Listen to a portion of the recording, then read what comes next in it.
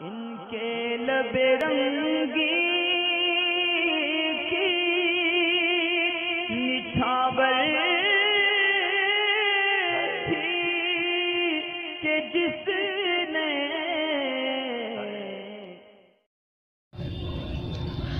वालेकुम अस्सलाम वरहमतुल्लाहि वबरकातुह। मोहम्मद निज़ाम क़ादरी हैं।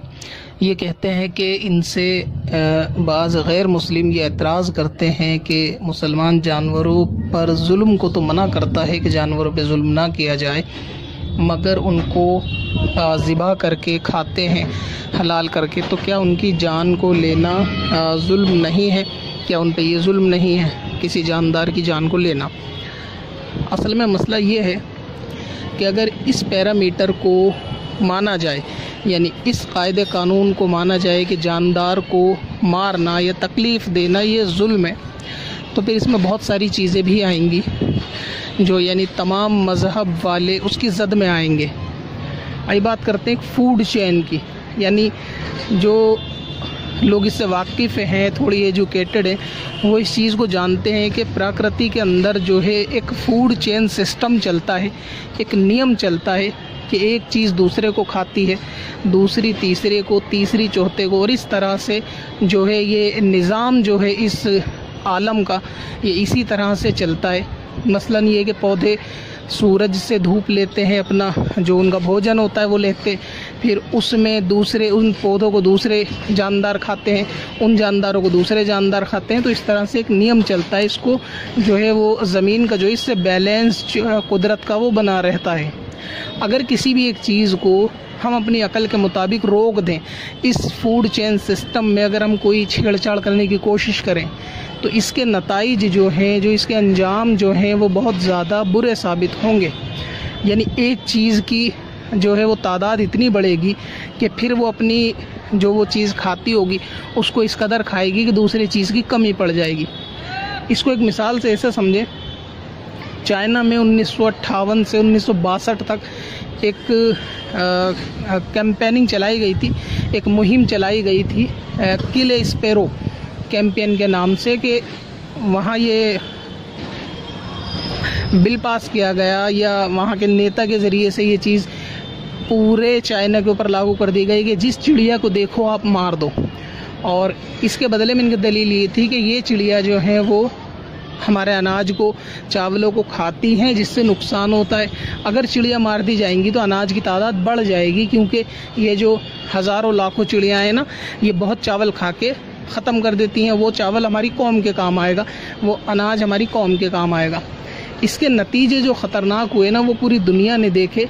आज इस पे आप आराम से इंटरनेट पे इसकी तफसील जान सकते हैं कि किस तरह से चाइना ने चिड़िया का जब ख़ात्मा किया। लाखों चिड़िया जो है वो 4 सालों में मारी गई, उनको निशाना बनाया गया, उनके घोंसलों को तबाह कर दिया गया, अंडों को फोड़ दिया गया।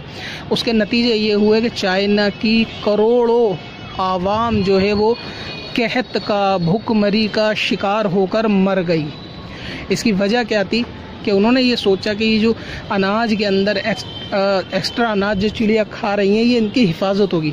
असल में कुदरत का जो नियम है, जिसको मैं फूड चेन बोल रहा हूँ, ये नियम ऐसा है कि वो सिर्फ चिड़िया इनकी चावल नहीं खाती थी, बल्कि जो इनकी फसलों में लगने वाले कीड़े थे जो फसलों को ख़राब करते थे, ये चिड़िया उनको खाया करती थी। इसी तरीके से जो ये खेती बाड़ी के दौरान जो है एक्स्ट्रा जो घास वगैरह निकल आती है, जिसको ये वनस्पति विज्ञान में खरपतवार बोलते हैं, खरपतवार जो उग आती है पानी के साथ, तो ये चिड़िया वगैरह उनको भी खाकर खेती की हिफाजत करती थी। अब क्योंकि वो चिड़िया तो बची ही नहीं हिफाजत करने वाली, तो वो कीड़े और खरपतवार इस कदर पैदा हुई कि उन्होंने जड़ में से सारे अनाज को खाना शुरू कर दिया। जब उन कीड़ों को कोई खाने वाला ही नहीं बचा, तो जाहिर है कि उन कीड़ों की तादाद बेशुमार होने लगी।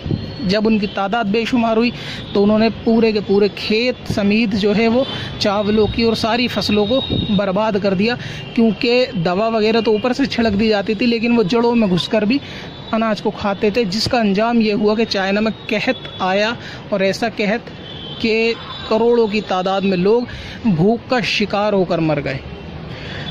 उसके बाद वापस उनकी ज़िंदगी पे एक मुहिम चलाई गई कि वापस चिड़ियों को लाया जाए और उनको आबाद किया जाए, वो फिर बाद में एक तफसील है। तो समझने के लिए बात यह है कि अगर किसी भी एक जानवर की तादाद बढ़ती है और उसके टच में फूड चेन में कोई दूसरी चीज़ उसको खाने वाली है, तो फिर इससे जो है ना वो नियम जो है वो डिसबैलेंस होता है। फूड चेन का, कुदरत का जो नियम है वो डिसबैलेंस होता है। तो इसलिए कुदरत ने जिसको खाने की ग़िज़ा में जो दिया है वो हिकमत के साथ दिया है, उसको अपनी अकल के साथ नहीं तोला जा सकता कि फ़लाँ शख्स वो ना खाए, ऐसा खाए और वैसा खाए। जो चीज़ें इस्लाम ने जिन जानवरों को हलाल करार दिया है उसके खाने में फ़ायदे और हिकमतें रखी गई हैं। तमाम जानवरों को खाने की इजाज़त नहीं दी, ये भी एक इस्लाम की अपनी हिकमत है, क्योंकि हर चीज़ खाने की इजाज़त नहीं है। तो जिनको खाने की इजाज़त है, ज़ाहिर है कि अगर उनको ना खाया जाए, यानी आप तसव्वुर करें कि उनको ना खाया जाए, जैसे मसलन समझ लें कि अगर बकरे को ना खाया जाए तो इनकी तादाद इस कदर बढ़ेगी कि जब ये पत्ते या घास वगैरह खाएंगे तो जाहिर है कि हिंदुस्तान से हरियाली ख़त्म हो जाएगी, और अगर हरियाली ख़त्म होगी तो फिर इंसान का भी जो है वो ज़िंदा रह पाना बहुत हद तक नामुमकिन हो जाएगा। यानी ज़िंदगी के आप समझ लें कि अंतिम कगार पे आके इंसानियत जो है वो पहुंच जाएगी। जब हरियाली नहीं होगी तो फिर बारिश नहीं होगी, तो परिंदे भी नहीं होंगे, तो फिर ऐसी सूरत में क्या सिचुएशन हो सकती है आप इमेजिन करें। तो इसीलिए कुदरत के हिकमत में या कुदरत के जो ये नेचर का सिस्टम है, इसके अंदर अगर आदमी अपनी अकल लगा के सोचेगा तो आदमी की अकल बहुत छोटी होती है। वो जितना सोच सकता है दाएं बाएं देखकर बस उतना अंदाज़ा लगाए रखता है, जबकि कुदरत को पूरे आलम को पालना है, और उसमें ना कि हमारी देश बल्कि पूरी दुनिया की इंसानियत को पालना है। तो जो चीज़ें बनाई जाती हैं कुदरत नियम के तहत, वो सब को मद्देनज़र रखते हुए बनाई जाती हैं, ना कि सिर्फ हम अपना एक देश या राज्य देखें कि यहाँ पर क्या होता है।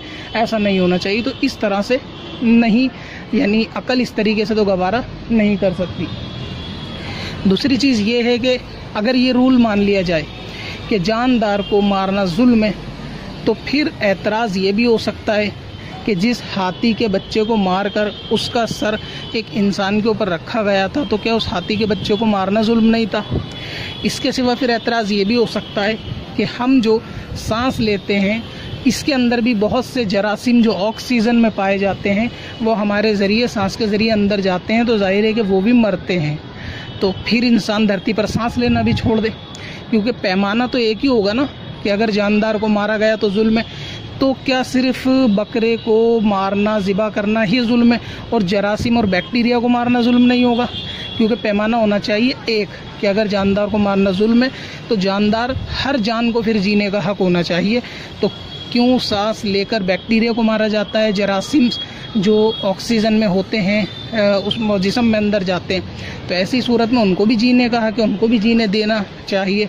कोई ऐसा सिलेंडर इजाद करना चाहिए ऑक्सीजन का और सबको वही यूज़ करना चाहिए। एक मानव निर्मित गैस आप जिसको बोल दें कि वो एक इजाद करनी चाहिए, तमाम आदमियों को वो मुहैया कराई जाए, सब उसी से सांस लें, क्योंकि जो हवा में जितने जरासीम हैं उनको भी जीने का हक है, उनको भी जीने देना चाहिए। फिर अगर जानदार ही के मारने की बात करी जाए तो क्या वही जानदार है जो हमें नज़र आ रहे हैं, जैसे मुसलमान खाता है? आज साइंस ने इस बात को भी साबित कर दिया कि पेड़ पौधों के अंदर भी जान होती है। इसको आप वन्य जीव कहते हैं ना, वन्य जीव, तो इनमें भी जान होती है। तो जितने जानवर आप पालते हैं, यानी पशुपालन जिसको कहते हैं, आप पशुपालन में जितने जानवर पाले जाते हैं वो जानवर पेड़ पौधों को खाते हैं, तो क्या वो दूसरे जानदार को नहीं खा रहे? तो उन पे भी लगाम होनी चाहिए कि वो पत्ते ना खाएं। पत्ते खाने से जाहिर है कि पेड़ को तो नुकसान होगा, तकलीफ़ भी होती होगी क्योंकि वो जानदार है। तो फिर पेड़ों की कटाई पे भी रोक होनी चाहिए अगर पेड़ जानदार है, और पेड़ वाकई जानदार है, ये तो साइंस मान चुकी है कि पेड़ जानदार है, तो उनकी लकड़ियों को काटना, फिर लकड़ियों को काट के एक धर्म विशेष के लोग अपनी आस्था के मुताबिक अपना अंतिम संस्कार करते हैं, तो फिर ये सारी चीज़ें कहाँ जाएंगी? यानी इसमें भी तो फिर जानदार आ गए ना। अच्छा, फिर जब वो इस तरीके का मामला होता है तो आप अगर देखेंगे ना, ये बात फिर बहुत आगे निकल जाएगी, अकल इसमें दखल नहीं हो सकती।